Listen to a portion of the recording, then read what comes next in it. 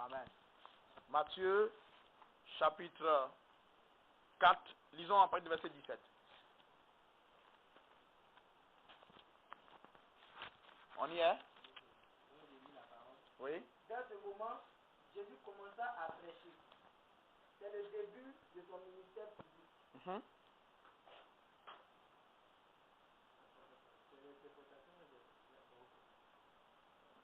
C'est ça. C'est pas l'interprétation. Oui, c'est l'interprétation. Oui, continue. Oui.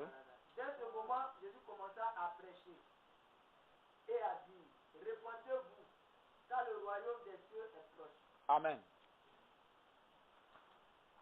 Quelle est notre version? Personne? All right. Ok. Oui, c'est ça.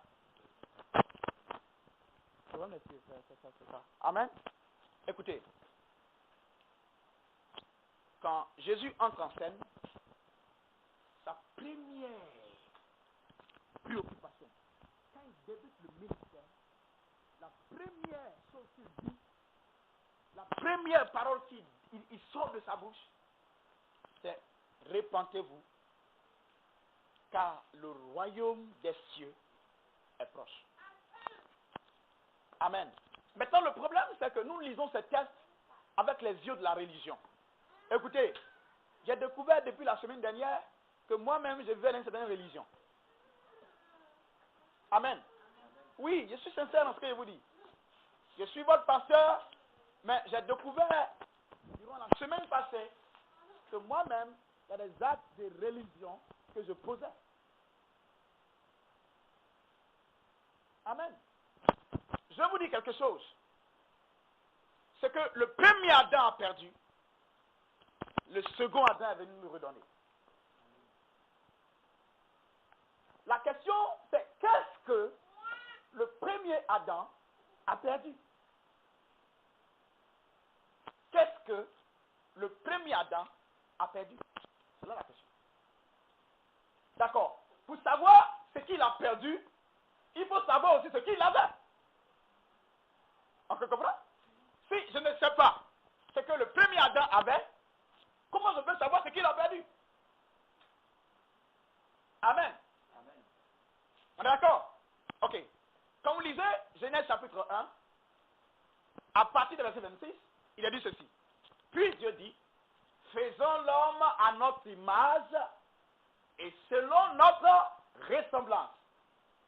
Virgule. Et qu'il domine sur les poissons de la mer, sur les oiseaux du ciel, sur le bétail et tout sur toute la terre. Alléluia. Oh, écoutez. Donc, dans ce texte, vous découvrez directement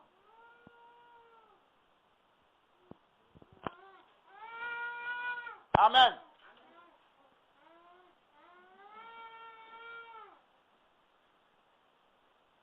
Dans ce texte, vous découvrez clairement ici ce que Dieu a donné à Adam. Dites-moi maintenant, qu'est-ce que Dieu lui a donné? Oui, aidez-moi. Qu'est-ce que Dieu lui a donné dans ce texte que je viens de lire? Puis Dieu dit, faisons la manifestation sur notre sommeil qui domine. Right. Dieu lui a donné la domination. Écoutez-moi bien, ce que je donne, ce n'est pas le message des religieux. Ce n'est pas des religieux, mais tous les églises évangéliques que nous sommes. Nous avons adopté ce comportement religieux que nous devons arrêter d'adopter. Amen. La Bible dit que Dieu dit et qu'il domine. Ok.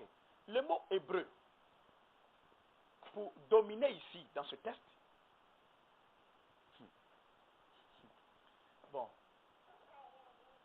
Bon, je vais le dire, mais il signifie royaume. C'est mamlaka. Ok? Mamlaka en hébreu. Mamlaka signifie royaume. Vous voyez comment il est bon, il est passionnant d'étudier la Bible et de la comprendre. Amen. Je comprends pourquoi Dieu dit, c'est par manque de révélation que mon peuple est détruit. Par manque de connaissance. Amen. Donc Dieu dit, faisons l'homme à notre image, selon notre ressemblance, et qu'il ait la royauté sur toute la terre. Ok. Donc Dieu donne à l'homme la domination sur toute la terre. Ça veut dire le règne sur toute la terre, le contrôle sur toute la terre, le gouvernement de toute la terre. Vous voyez, quand vous comprenez comme ça, votre mentalité change. Donc, qu'est-ce qu'Adam a perdu? Il a perdu le contrôle de la terre. S'il a perdu le contrôle de la terre, il a perdu le contrôle de l'or, de l'argent et de tout ce qui est sur la terre. On est d'accord avec ça? Donc, Adam avait le royaume. Quel royaume? Dieu lui a donné le contrôle sur tout le royaume de la terre. Amen. Donc, ce royaume vient d'où? Il vient de Dieu qui est la source. Mais il lui a donné.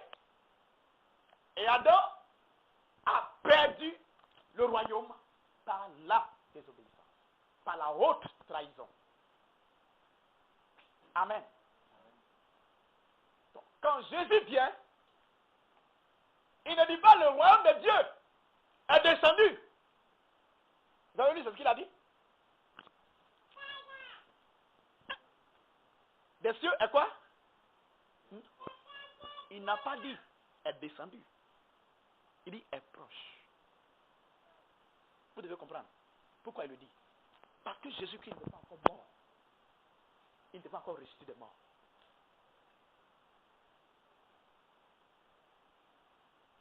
Amen. Il fallait qu'il meure, qu'il ressuscite des morts, afin que le royaume soit concret. Que nous puissions le posséder. Mais dès sa rentrée en scène, il annonce la raison pour laquelle il est venu. Quelle est la raison? Nous redonner le royaume, nous redonner le gouvernement, la domination, le règne, l'autorité, la puissance sur toute la terre. Regardez bien, je vous pose une question. Pourquoi vous venez à l'église? Sans cesser entre nous. Les gens viennent à l'église parce qu'ils veulent une vie meilleure. Ok? Ils viennent à l'église parce qu'ils veulent être en bonne santé. Ils viennent à l'église parce qu'ils veulent pouvoir avoir le contrôle des situations. Écoutez, quand je n'arrive pas à donner à manger à ma maison, je suis frustré. Je vous pose la question, pourquoi je suis frustré? Parce que naturellement, originellement, Dieu m'a créé avec la capacité de donner à manger à ma maison. On n'est pas d'accord? On n'est pas d'accord? Je ne serais jamais frustré si Dieu ne m'avait pas donné originellement la capacité de donner la nourriture à ma maison. J'allais me conforter dedans. Vous voyez ce que la religion fait? Elle nous aide à nous conforter dans la défaite. Dans la même position. Et pour ce faire, il y a beaucoup de choses que j'ai établies. Et comme les gens ont été programmés par beaucoup de faux enseignements, quand vous leur parlez, ils ont du mal à vous saisir, à comprendre. Vous en faites pas, persévérer. Amen. Voici pourquoi les religieux du temps de Jésus ne l'ont jamais aimé. Amen. Voici pourquoi lui aussi, il n'a jamais aimé l'esprit de la religion. Parce que Dieu n'est jamais venu apporter l'esprit de la religion. Il est venu apporter quoi? Le royaume. Amen. Il faut que vous le compreniez. Il faut que vous le saisissez. Est-ce que vous vous souvenez, quand Jésus parlait encore à ses disciples, en Matthieu chapitre 6, verset 33, qu'est-ce qu'il dit? Il dit, cherchez premièrement, quoi? Le royaume et la justice de Dieu. Pourquoi? Parce que c'est le royaume que vous avez perdu. C'est lui que vous devez regagner. Ce n'est pas la religion. Ce n'est pas le christianisme. Je suis désolé. Ce n'est pas le christianisme. Ce n'est pas le communisme. Ce n'est pas le shintoïsme. Ce n'est pas le confucisme. Ce n'est pas la démocratie. Ce n'est pas la théocratie. Non, ce n'est pas la théologie. Ce n'est pas la religion. Mais c'est le royaume que Jésus est venu nous donner. Et le problème de l'Église, pourquoi elle ne brille pas, pourquoi elle ne règne pas, parce qu'elle n'a pas compris que l'Église a été créée afin de régner. Cherchez premièrement, pourquoi est-ce que la recette du royaume était une priorité pour Jésus? Amen. Écoutez, c'était sa priorité. Qui dit le contraire? Amen. Il dit, c'est lui qui dit, si vous voulez connaître la volonté de Dieu, écoutez-moi, si vous voulez connaître la volonté de Dieu, regardez Jésus. Regardez ses actes, écoutez ses paroles, et vous connaissez la volonté de Dieu. Beaucoup de gens demandent, mais, comment je vais connaître la volonté de Dieu? Quelle est la volonté de Dieu même? Écoutez-moi. Le Saint-Esprit m'a dit une chose. Il m'a dit, mais comment est-ce que des enfants de Dieu demandent, quelle est la volonté de Dieu? Je ne connais pas la volonté de Dieu. J'ai compris que c'est stupide. Amen. Ok, qui est venu nous révéler la volonté de Dieu? Jésus. Si on veut donc connaître la volonté de Dieu, qu'est-ce qu'il fait? Je le regarde. Qu'est-ce qu'il dit? Qu'est-ce qu'il dit? Quel acte il pose? Amen. Je comprends la volonté de Dieu. Alléluia. Amen. Donc, Jésus est venu nous apporter le malmaka. Ok? C'est ce qu'il est venu nous apporter. Le royaume. Et si nous comprenons ça, vous comprendrez pourquoi Jésus-Christ était appelé le roi des Juifs. Amen. C'est la raison pour laquelle, depuis qu'il était déjà petit, bébé, Hérode, le grand, cherchait déjà à l'éliminer. Pourquoi? Parce que c'était un roi qui venait du naître. Mais il ne comprend pas comment on est arrivé pendant des années à ne pas comprendre ces choses. Comment? Amen. Et la Bible dit, en Matthieu chapitre 2, quand vous lisez bien, la Bible dit, lisez le verset 1 à 2. Verset 1 à 2. L'obre des Shadaba. Jésus étant né à Bethléem, Oui. en Judée, au temps du roi Hérode, Oui. voici des mages d'Orient arrivèrent à Jérusalem Oui. et dirent, où est le roi des Juifs? Wow. Wow. Alléluia. Alléluia. Il dit, les mages, c'est des rois, c'est d'autres rois. Les mages là, c'est des rois. Ils sont venus de l'Orient. Ils sont venus pour adorer le roi des rois. Ils ont vu le royaume. C'est des zoroastriens. Donc, sont des étudiants, des astrologues, qui avaient la capacité de lire dans les étoiles. Donc, ils ont vu le royaume venir. Donc, ils sont déplacés spécialement, venus s'incliner devant le royaume. Donc, le roi qui vient est son royaume. Écoutez, Jésus est venu nous apporter le gouvernement. Pas n'importe quel, le gouvernement du royaume. L'Église est une agence du royaume. Donc, comment une agence du royaume peut être décrite comme étant pauvre, dénudée, abandonnée, rejetée? Wow! Comment? Il est venu venu nous apporter le royaume. Cherchez premièrement. Le royaume et sa justice. Écoutez-moi. Tout royaume a sa justice. Il n'a pas dit et la justice. Il dit et sa justice. La justice des États-Unis n'est pas la même justice que la justice de la Côte d'Ivoire. La justice de l'Angleterre n'est pas la même justice que celle du Ghana. Amen. Donc, quand il dit et sa justice, il parle de la justice de Dieu. Il ne parle pas de la justice, notre propre justice. Il n'a pas dit la justice de Moïse. Écoutez-moi, vous les adeptes de Moïse. Il n'a pas dit la justice de Moïse. Il dit et sa justice. Alléluia. Et il dit et toutes ces choses vous seront données par-dessus tout. Et monsieur arrêté. Il dit mais attends. Donc nous sommes en train de chercher des choses qui sont déjà disponibles. Notre problème, c'est qu'on n'a pas encore gagné le royaume et la justice. C'est pourquoi on passe le temps à lutter beaucoup. On lutte et on lutte. Je vais vous dire quelque chose. Toute la Bible, c'est l'histoire d'un roi,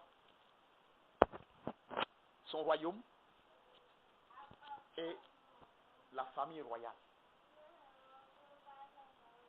Vous pouvez écrire ça. Toute la Bible est l'histoire d'un roi, son royaume et la famille royale. Toute la Bible, c'est cette histoire.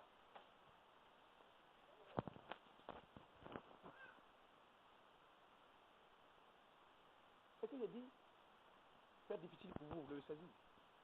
Mais c'est la vérité. Alléluia. Alléluia. Il faut que vous compreniez. L'ambassade Impact Divin où vous êtes actuellement est un instrument de Dieu. Est une agence du royaume de Dieu pour transformer les mentalités. Nous devons regagner la position de l'église.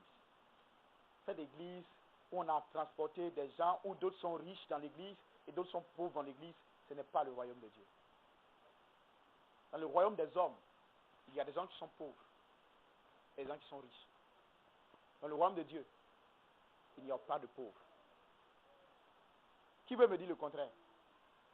Dites, parmi les apôtres, la Bible dit que l'ensemble de ceux qui se convertissaient, il y avait des pauvres dedans? Il y avait des pauvres dedans? Non, remarquez bien. Si vous lisez bien, la Bible dit que ceux qui avaient cette richesse venaient la déposer à l'église, on partage à tout le monde. De sorte qu'on ne trouvait pas parmi eux aucun indigent. Pourquoi? Parce que dans le royaume de Dieu, il n'y a que ce pauvre. Malheureusement, l'église a copié sur le monde.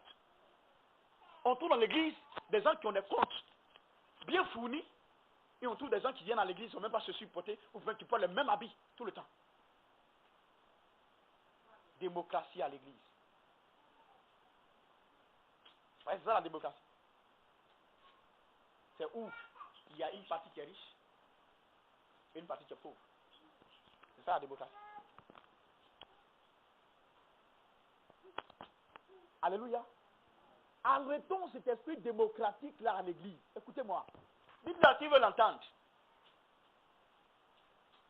Il faut que nous arrivons à percevoir le cœur de Dieu. Dieu veut une église forte. Et une église forte, c'est une église unie. Même esprit, même cœur, même vision. Qui ne dit pas ceci m'appartient en propre. Où il y a un roi, je veux dire, qui règne sur les autres et tous les autres sont les subalternes. Écoutez, à l'ambassade d'Impact Divin, il n'y a pas de subalterne. Nous sommes tous les mêmes, les fils du roi. Nous faisons partie de la famille royale. Et le roi ne fait pas de distinction entre ses fils. Dans le royaume de la terre, les hommes font des distinctions entre leurs fils. Mais la Bible, dans le royaume de notre Père, il ne fait acception de personne. Et pour lui, il n'y a pas de favoritisme. Alléluia. C'est pourquoi si tu veux avoir l'or et l'argent, pour avoir tes milliards, quand tu viens ici, tu dois comprendre que tu es un fils de Dieu comme tous les autres. Tu t'assois comme tous les autres. Tu adores Dieu comme tous les autres. Amen. Et tu as mieux à faire. Ces milliards que tu as en compte, cherche les gens à les partager. Parce qu'on a une culture dans le royaume. C'est de partager. C'est que nous avons. Alléluia. L'Église a mal compris la venue de Jésus. C'est ça qui est le problème. On est arrivé au point où on a fait de Jésus-Christ une marionnette. Écoutez, c'est stupide et c'est mauvais de notre part. Quelqu'un qui est venu manipuler l'art est venu juste... Écoutez-moi. Faisons attention à ce que nous faisons. Faisons très attention à ce que nous faisons. Écoutez, dans le royaume de Dieu, il n'y a pas d'idole. Ce que je vous dis est fort, hein? Dans le royaume de Dieu, il n'y a pas d'idole. Quelle est la preuve? Dieu dit, il ne te fera aucun autre Dieu. Vous entendez? Tu ne feras aucun autre Dieu. L'Éternel Dieu est le seul et unique Dieu. Vous comprenez? Dans le royaume de Dieu, il n'y a qu'un seul Dieu. Dans la religion, les Indiens disent qu'ils ont plus de 6 millions de dieux. Maharaja. Ok? Ces dieux-là, on appelle les Maharaja. Il y a au moins 6 millions de dieux, les Indiens disent. Et pour eux, ils vont passer par ces dieux pour adorer Dieu le grand. C'est une idolâtrie. Et le roi ne peut pas l'accepter. C'est pourquoi il dit ceci. Il dit, à qui me compareriez-vous? Je suis Dieu, c'est là mon nom. Je ne donne pas ma gloire aux hommes, je ne partage pas mon honneur avec les idoles. C'est le roi qui parle. Il dit, je suis Dieu. Même les rois mages sont venus l'adorer. Pourquoi? Parce que Dieu se signalait depuis qu'il est un roi, que lui seul mérite d'être craint et respecté dans le royaume. La religion a créé d'autres moyens. On dit non, on va passer par le pasteur, il va intercéder pour moi, et puis Dieu va écouter, parce que quand le pasteur prie, Dieu m'entend bien. Ça c'est la religion, attention. Attention. Cela a donné beaucoup d'orgueil aux hommes de Dieu, pour croire que c'est eux qui ont le monopole de la prière. Écoutez, nous n'avons pas le monopole de la prière. Amen. Nous sommes tous des frères en Christ, ils sommes là. Et de la même manière que le Père est attentif à vous, le Père est attentif à nous. C'est ce que la religion ne vous a pas enseigné. Nous sommes que des leaders pour diriger le peuple. Nulle part il est dit dans la parole de Dieu. Montrez-moi un seul lieu où il est dit dans la parole de Dieu où Dieu devait écouter ses sacrificateurs plus que son peuple. Où il est dit. Voici pourquoi on a développé des gens dans l'église qui s'asseyent, qui dorment, qui mangent, qui boivent, et ils viennent matin, ils viennent, pasteur, il faut jeûner pour moi. On a développé des religieux dans l'église. Par manque de compréhension du royaume. Amen. Non, je suis en train de dire que vous ne devez pas donner des sujets de prière à votre pasteur. Non. Ils sont en train de dire que vous devez changer de mentalité. Comprendre que le Père vous écoute. Le Père vous entend. Vous pouvez demander à votre pasteur de prier pour vous. Ok, c'est une bonne chose. C'est son travail, c'est son rôle. Mais vous devez savoir que de même que Dieu exauce le pasteur, Dieu vous exauce aussi. Ça, la religion ne l'enseigne pas. Vous savez pourquoi les gens ont peur d'enseigner? Parce qu'ils croient que quelqu'un va enseigner ça aux gens, alors ils vont perdre leur autorité. Vous ne pouvez jamais m'arracher mon autorité, c'est Dieu qui me l'a donné. Ok? Donc j'ai peur d'avoir une autorité, pourquoi? Pourquoi? Amen. Je suis là pour enseigner la vérité. Et la vérité, c'est que nous sommes tous des fils de Dieu.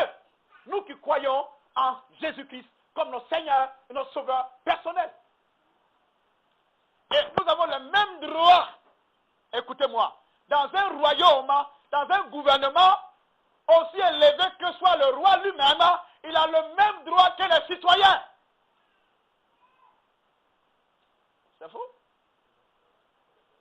aussi élevé que le ministre soit, il a le même droit que le citoyen.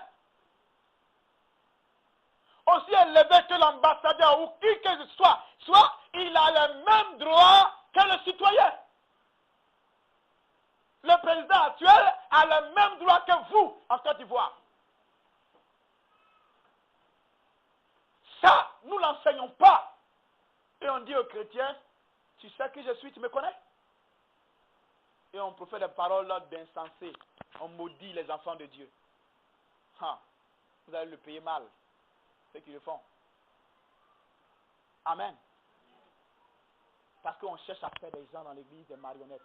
Vous n'êtes pas des marionnettes. Ici à l'ambassade Impact Divin, vous êtes des citoyens du royaume de Dieu. Et j'ai le droit de vous respecter, de vous honorer et de vous montrer votre position en Christ. Alléluia. Jésus-Christ n'est pas venu nous montrer la religion. Tu passes par des moyens pour atteindre Dieu. Il n'y a aucun moyen pour atteindre Dieu. Vous allez directement vers le Père, directement vers le roi. Un point. Et dans le royaume de Dieu, il n'y a pas le protocole pour arriver au Père. Écoutez-moi. Dans le gouvernement humain, il y a un protocole pour arriver au Père. Mais la Bible dit, approchez-vous de Dieu avec assurance. Ok? Il dit, approchez-vous de Dieu avec assurance. Il dit, tout ce que vous demanderez à mon nom, croyez que vous l'avez reçu et vous le verrez s'accomplir. Amen. Les protocoles qui existent dans l'église, dont on a fait la religion, arrêtez ces protocoles. Amen. Vous devez savoir que dans le royaume, Dieu a commencé à me parler du royaume. J'ai des grandes révélations. Je suis stupéfait quand j'entends ces choses que Dieu me dit. Je dis, mais attends donc, toutes ces années, moi je suis travaillé comme un religieux. Je dis, oui. Il faut aussi que toi, tu sois de mentalité. Alléluia. Écoutez-moi, est-ce que je parle à quelqu'un ici ce matin? Est-ce que quelqu'un entend ce qu'on dit ce matin? Est-ce que quelqu'un peut acclamer le Saint-Esprit, acclamer le Seigneur ce matin? Alléluia. L'église n'est pas un lieu où il y a des esclaves. Non. L'église doit être un lieu où il y a cette liberté. Non, je ne parle pas de libertinage. Je ne parle pas de désordre. Non. Où c'est la liberté. Ça dit que c'est la joie.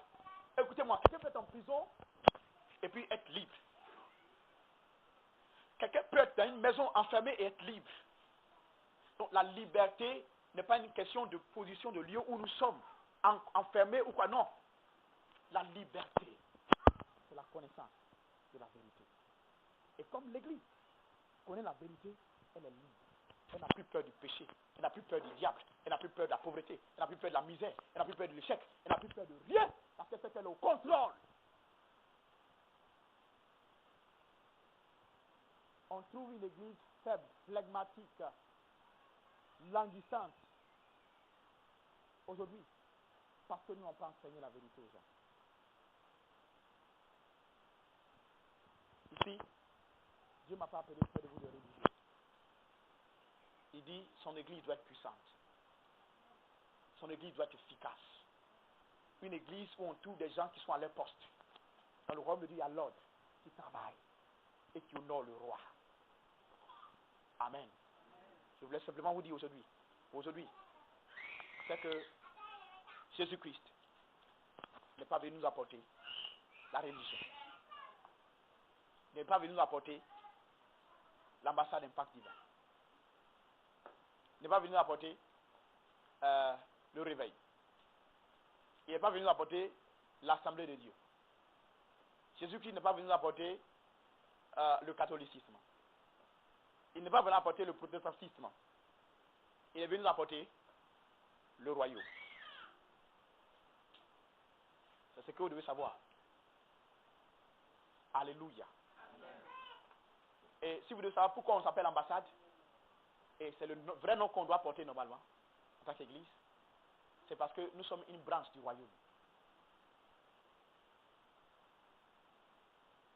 Et toute branche d'un État ou d'un royaume s'appelle une ambassade dans un pays étranger.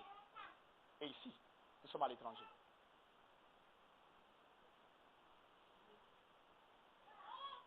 Alléluia. Donc, nous avons une ambassade. Que Dieu vous bénisse. Quelqu'un a compris quelque chose ce matin?